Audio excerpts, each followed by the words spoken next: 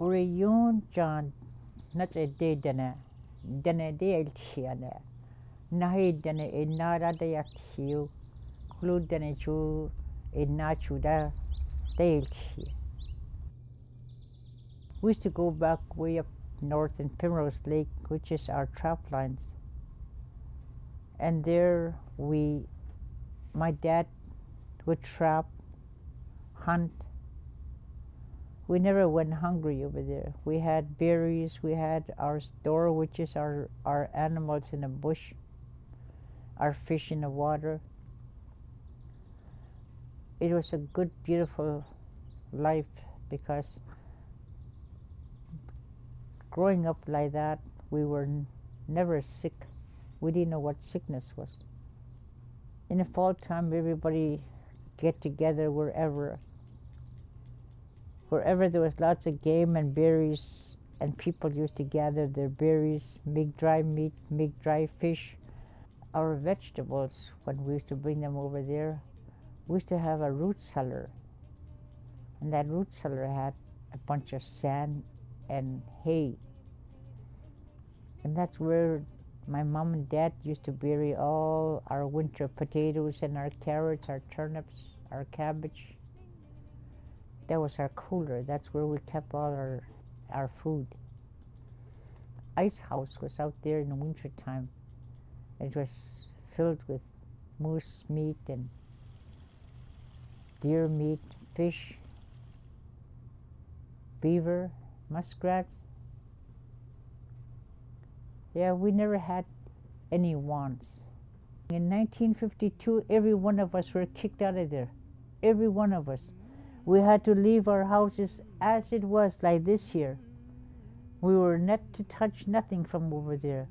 We left all our traps and all our everything, our snares, our household, we left it there.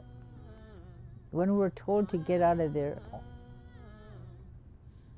we all moved to Coal Lake, to the big reserve.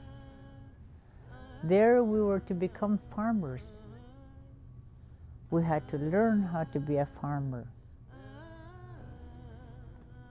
And they had Indian agent to teach our parents how to be farmers. It didn't turn out the way they had planned.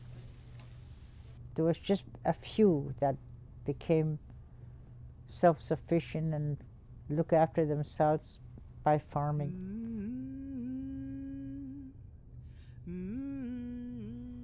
It is a very bad time that we are in at the moment. My grandma, she was our guardian, blind, deaf, but yet we relied on grandma to look after us when we were small. My grandma predicted about what was going to happen in the future.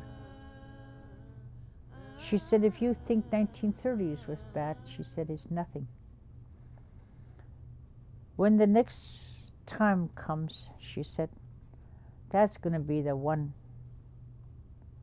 She said, at least when that hungry 30s happened, at least the natives still had to store their animals, their fish.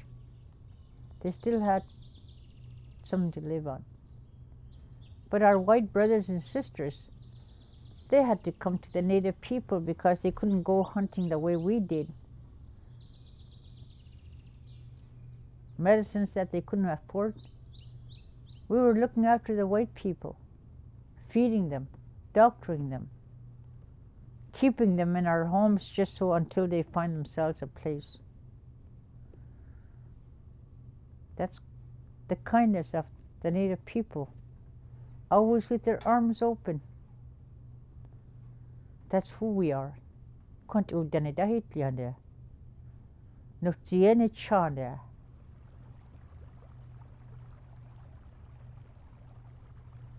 Well, we knew about the oil because people, when it's cheapoed, people used to use that oil to grease up their wagon wheels. So we knew about the oil, but people weren't interested in it. There was no, it didn't mean nothing to them. In 1952, when the Air Force took over that land, they were supposed to have leased it, but they sold it to Lands and Immigration, provincial governments, parks. They sold our land. They said that we surrendered our land. We never surrendered no land.